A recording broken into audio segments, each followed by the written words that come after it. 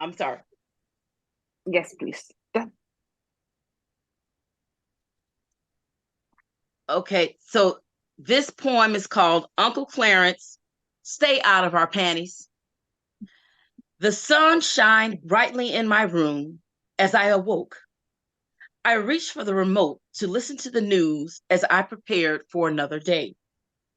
The words stumbled into my room, each punctuated by a period.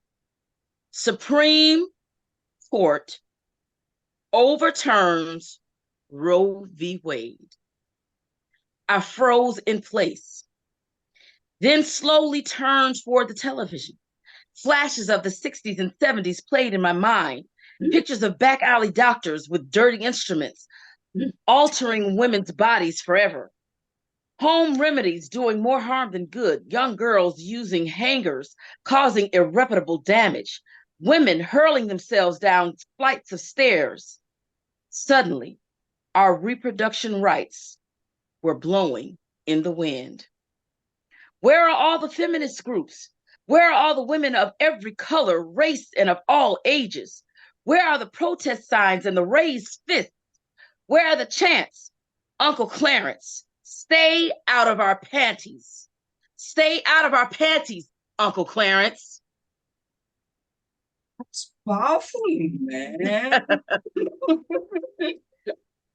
And it's if we knew what, I mean, if the world knows what Roe v. Wade case is, it was very much publicized all through the world's media, and we all know it.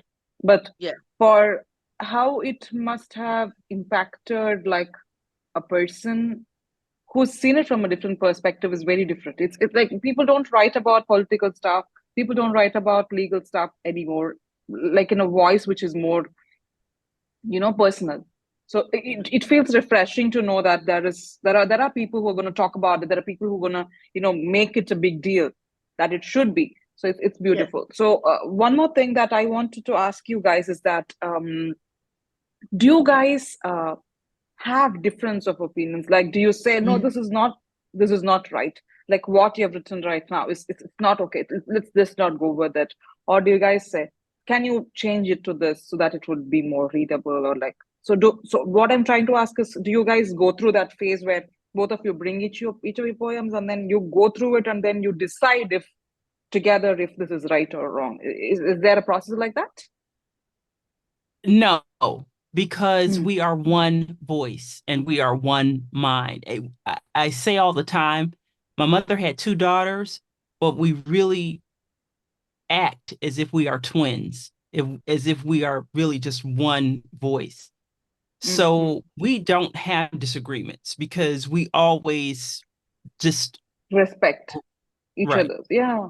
Yes. Yeah, understood. Yes, see, that's kind of the theme of our book covers. The first book was called "Different Sides of the Same Coin," meaning we are one. We just look different. Yeah. And so the second book was called "Mirrored Images," and if you look at the cover of the book, it's us looking in a mirror, but when I look in the mirror, I see my sister Chyrel, and when she looks in the mirror, she sees me. Because we're so much alike. We just look different. We're packaged different. My sister is 6'2". I'm 5'7". She's always been tall and lean. I've always been short and thick. And but we are basically, we think the same. So we never have and we give each other that freedom to have her own voice, however she wants to say it. That is her style. That is how she wants to say it. And the thing that I respect most about my sister Chyrel is that she allows me to be me. Lovely. Beautiful. Understood. Okay, so my question next would be that how did the publishing process go? How did you guys, because you had written in a lot of anthologies, you knew the industry at least a little bit, you knew like this is how it goes. So for your first book specifically, how did the publishing journey go? Did you go through a literary agent? Did you go directly to the publishers? How did it go? No, we did didn't go through a literary agent because our father was ill, and that was the big primary reason. We wanted to get all of our books published. We wanted to do it in a timely, short as possible manner. And so that meant that we would have to self-publish. Okay. And so I had to take on all of these hats and learn stuff really quickly because he was stage 4 with prostate cancer. And he, he wasn't going to be around for a long time. But it also gave me time to do little things like make the printing bigger for him to enjoy the poems so that he wouldn't be straining his eyes. So I got to do little things like that. Right. So it was self-published. We understand. So and Yeah, see, and then all the 3 books. yes, I'm sorry. all 3 All books 3 are books. self-published. Yeah, okay. Oh, okay. Yeah, and then when we try to go through publishing, though, that's when we met a lot of brick walls, like when they really wanted to edit us and sort of control the narrative in our story. Right. And that's why we said we want to self-publish, because we could not afford to have them edit and cut out so much of what we wanted to say. Right. So how has the response from Black women or Black people been to your book? How has the readership been? How has the response been? Have you had like people come up and tell you, this is something that I wanted to say for so long and I just couldn't, but you spoke for me? Have there been experience like that? Oh yeah. Yes. Yeah. Yes. Especially young Black women, young girls, because we make a point of speaking to them and letting them know that they don't have to alter themselves. They don't have to add hair, take hair away. They don't have to, be anything than skin other lightener, than what bleaching creams and all of that. Right. We try to tell them that they are enough. Whatever the Lord made them, that they are enough. So we get a lot of positive response from young Black women and also young Black men, because they know that we see them, and they feel like, wow, finally somebody is appreciating us, or somebody has said it. So yes, we get a lot of positive. That's beautiful. And I was just going to ask you that, because hair has a huge part in the Black history, like hair, like the way the hair looks. So you must read Americana by Chimamanda Adichie. It has the hair in that. Yeah. So do you guys have that as one of your center themes? Are there poems just on the way the hair is set, or about hair? Absolutely. I've written poems about that. My sister and I both don't have the straighteners because we have natural hair. We are wearing our hair in natural styles. So I've written poems about that, and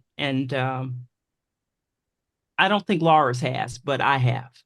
I've done it in a different sort of way. See, I'm a big girl, and I grew up, I've always been on the heavier side, and for years that was a no-no to be a Black woman and be big. That wasn't looked upon in a great way. So I do a lot of poems, like not a lot, but I do poems to let Black women know, however, whatever body you come in, it's good enough. Yes. No, it's not just about Black women. All women, if we are big, it's just wrong for the words. You cannot be big. Well, yeah, she does. I mean, she definitely deals a lot with self-imaging and body image and body size positivity. Yeah, definitely. I'm going to ask something based on the poem Lyris read. It gives a scene. I mean, there's a picture there. There's something happening there. There's a visual there. Have you ever thought of bringing your selected poems into visual media? Yes. Yeah. So Exactly. where you can represent not just Afro-American voice, also, and maybe one second part will be Afro-American women, and where the menopause and other things, appearance comes. So, like, have you thought of making them it into, will be yes, such a visual? Yeah. beautiful Yes. set of visuals. You must, I think, on screen, it will reach like fire, forest fire. Yeah. That's how I felt listening to that poem just now. Thank you. It is so visual. It should So go on. right now, because see, if it was a novel, it is like there is only one prototype. You just can make it into a series or a movie. But because your poems are like separate poems, and that one poem is one poem and the other is other, you can like you can use social media for it. You can make, you don't have to spend much. Just make reels per poem with the visuals of each poem. Just release it into the world, and be very sure it's going to go viral. Just like I would think 90 seconds, 15 seconds. Professional visual is what I'm Yes, talking about. yes, yeah. Which can be I'm also permanent, saying professional. not like Yes. some TikToks, ordinary reels. No, not TikToks, but just like good professional good lighting, videos, or good professional animation. Yeah, Animation, or like lovely idea. whatever is. So I you thought, guys can. I thought it's that much screen worthy. So that's Yes. that's what I felt listening to her read. Have you thought about that, such a thing? We actually were very much thinking about writing a screenplay. Oh, that's good. Where the poems could, be a whole dialogue around different women issues, or however, telling the story like a that way. musical theater. Yeah. Sort of, yes. Yeah. That'd be beautiful. That's a beautiful one. Very beautiful. Yes. Lovely. And because you have two different perspectives, it will be more. It will be better. Yes. It's just not one person writing, so it's just two people. So more light and more power to it. It will have. It'll be very nice. So you guys have to do it, and if you guys ever do it, just make a video or something. Just let us know. Yeah. So that I don't miss it. Thank you. Yeah. Thank you so much. Thank you. Yeah.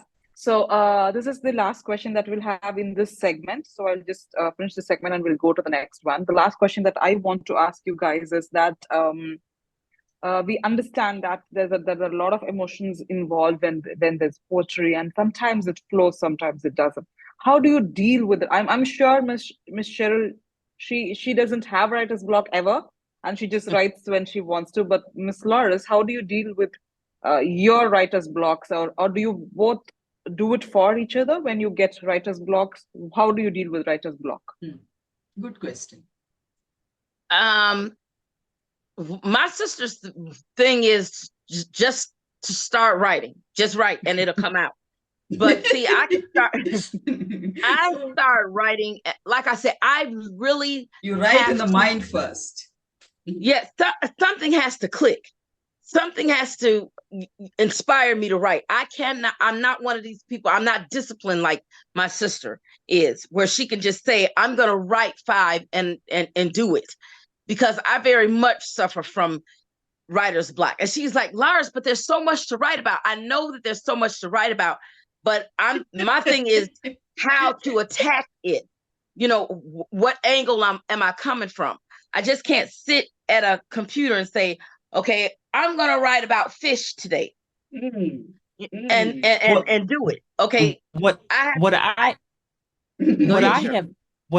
have learned, and what I have really experienced, which is why the writer's block doesn't happen to me like that. I read other writers, and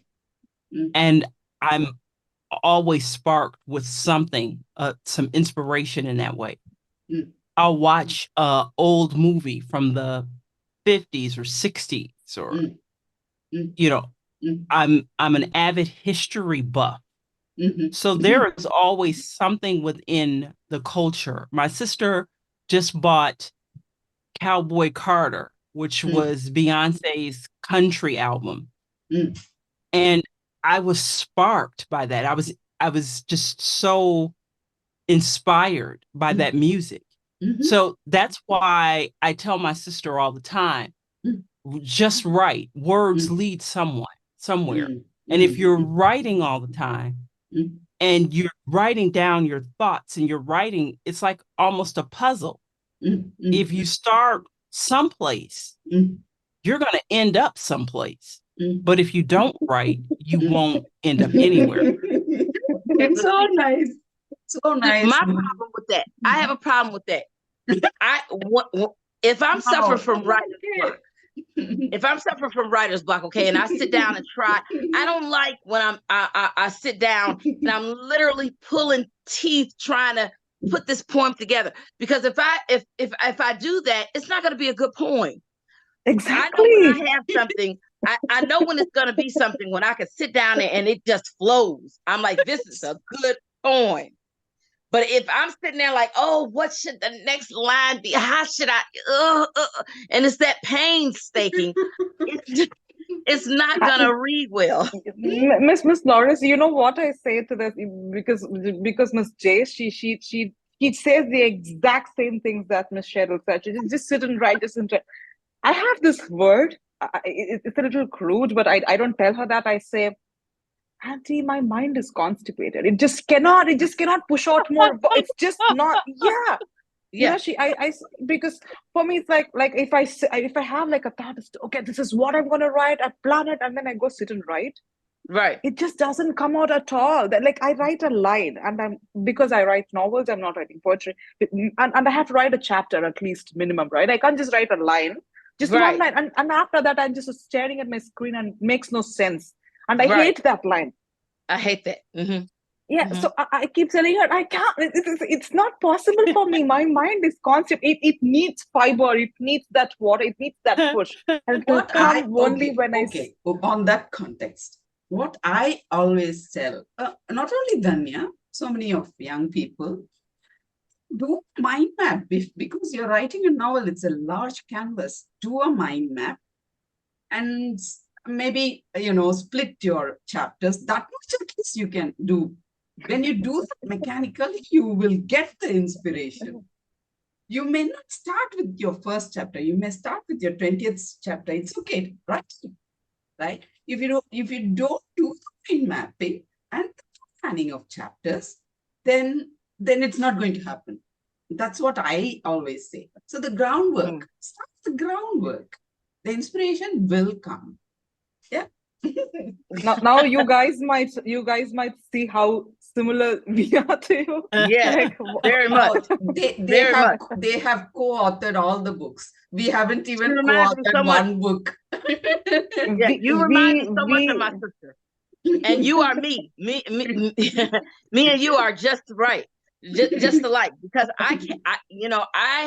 it's funny because, believe it or not, I have done some of my best writing when I wake up like at 3 o'clock. I'm like, oh my God, I got it. And I have to write it down. And those are some of my best poems. But if I'm sitting there staring at my computer and I get so intimidated by that, that blank Word document. Yes, that blank Word document is very intimidating. So I'm like, okay, this is not helping me. I gotta walk away. Seen that. Okay. So I think it's time for us to go to the next segment, which is World of W's. World of W's is a set of W questions like what, when, where. And it's like if the listeners could not sit through the entire session, they could just come here and get like a small gist of what we've been speaking to now, so that they can go back and use it for their own writing and publishing experience. So my first question in the World of W's is, When is your next book due? And what is it about? Sure. I was going to have you answer that. Our next book is going to be poem, SistersRoc'N'Rhyme Presents Holding Back the Years. Holding Back the Years. Mm. And it's going to be a compilation or an anthology of poems of from all three of our books. All three of our books. The poems that we think are the best ones out of our three books, we're going to put them all in one. Mm-hmm, mm-hmm. And it's just to show, how we started out to where we are now. Mm-hmm. Also self-publishing? Yes. Yes. Oh, okay. Mm-hmm. So tell us how, in a sentence, how different is it, authoring and co-authoring? How are they both different? I'm sorry, say that again. How is co-authoring different from authoring? Co-authoring. Writing alone. Yeah, writing alone versus writing together. That's what we mean by that. See,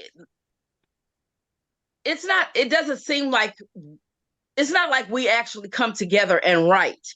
You see, we write alone and then we bring our work together. Right. So we kind of do both. We write by ourselves, mm-hmm. and then we come together and we present one project. Mm. So it's not like we really know what it's like, what the difference is, because we have the best of both worlds. Okay, can I ask specifically, have you together written one poem, just one poem where both of your voices are there? Either it is merged voice or a voice. Have you done both together? Yes, we wrote that what I was telling you about earlier. We wrote a poem about our dad, and the poem started out with my sister Chyrel, and it was all roses and stuff like that. And then when I got to my part, it wasn't. And so instead of allowing the audience to figure out, well, that's Cheryl's half and this is my half, my sister had to kind of spoil it. She felt like she had to come in and explain why the poem took a turn. And I didn't like that at all. I thought, leave it up to the reader to figure out. Yeah, I would do that. Speaking. Yes. Yeah, who's speaking, who's talking. Yes. And so that was the one time we came together that I didn't really agree with what was written. Lovely, nice. So can you tell us about how social media has helped you publish or take your book to your readers? Oh yeah. Well, we do a lot of advertising on Facebook, and my sister's really good with that. What is she we not advertise good with? I wonder.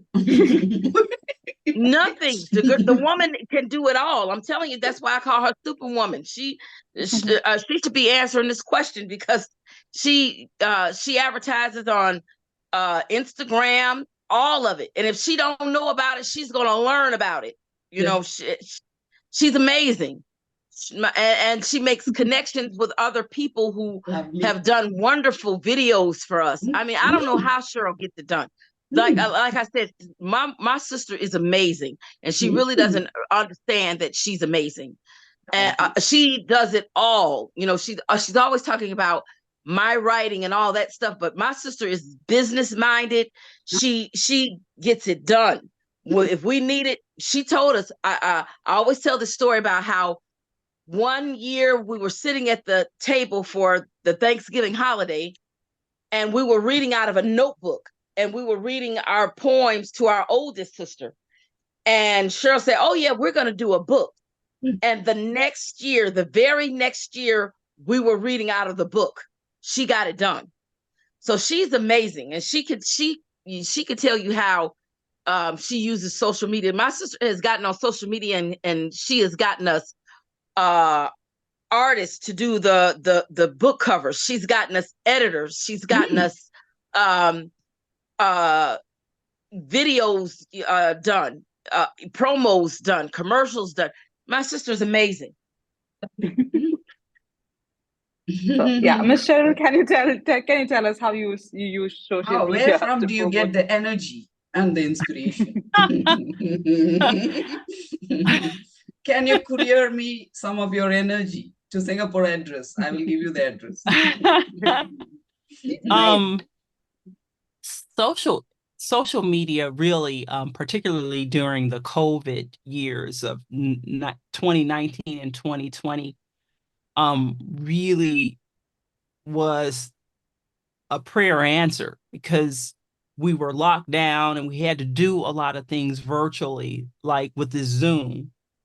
And so you had to kind of connect with people that way and find your audiences really in more of a way like that. Now, I prefer the pre-COVID, where you literally go into a library, you just, have your books there, you engage, you do your book signings, you do stuff like that, just, more in person. So social media has been great, but I kind of really wished it would go back the other way, where you're doing more in person. Yeah. Yes. Yeah, we understand. We're all back, right? Yeah. So do you guys have she's always been like a social butterfly. So she just goes in and makes all these connections, and the next thing I know, magic is happening. I have nothing to do with it. She does it all. I just write. Brilliant. So yeah, do you guys have an idea or a reason to move to prose, like write a novel together? Is that on your cards?